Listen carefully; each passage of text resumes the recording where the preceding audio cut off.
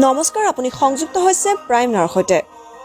প্ৰায় ৮০ বিধ বিভিন্ন প্ৰজাতিৰ ৰং বিৰঙৰ অৰ্কিড আৰু এখন ঘৰৰ চৌহদ, লগতে বিভিন্ন গছ-গছনিৰে গঢ়ি উঠিছে এক সুন্দৰ পৰিৱেশ।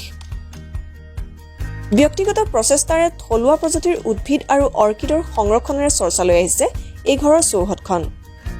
টিয়কৰ পংকজ বৰুৱাই গঢ়ি তুলিছে নিজ ঘৰৰ চৌহদতে এখন কানন, যি কাননত আছে থলুৱা প্ৰজাতিৰ বিভিন্ন উদ্ভিদৰ লগতে ভিন্ন প্ৰজাতিৰ আপুৰুগীয়া অৰ্কিড। আমি আপোনালোকক দৃশ্যাংশ দেখুৱাই আছো সেই ঘৰখনৰ চৌহদৰ, য'ত প্ৰতিফলিত হৈছে প্ৰকৃতিপ্ৰেমৰ এক অনন্য নিদৰ্শন। আৰু এই প্ৰতিবেদনটি আমালৈ পঠিয়াইছে আমাৰ সাংবাদিক অঞ্জন বৰুৱাই।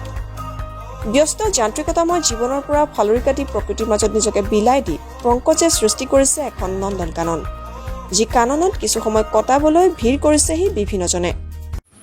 স্থানীয়ভাৱে যিখিনি আমাৰ গছ-গছনি, লগতে আমাৰ যি কপৌ ফুল আৰু অৰ্কিড, সেই তেনেকৈ আমি প্ৰায় এতিয়ালৈকে মোৰ ওচৰত অৰ্কিড হিচাপে প্ৰায় ৭০-৮০টা প্ৰজাতিৰ অৰ্কিড সংৰক্ষণ কৰিছোঁ। আৰু সুদূৰ ভৱিষ্যতে আমি আশা কৰিছোঁ আৰু সংৰক্ষণ কৰিম। লগতে এতিয়ালৈকে মোৰ নিজ হাতে ৰোপণ কৰা প্ৰায় ১১২০০ জোপা গছ মই নিজ হাতে ৰোপণ কৰি ডাঙৰ দীঘল কৰা হৈছে এতিয়ালৈকে।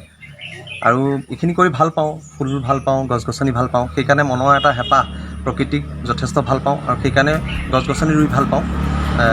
গছ-গছনি যিমান পাৰোঁ সিমান ৰুবলৈ যত্ন কৰিম।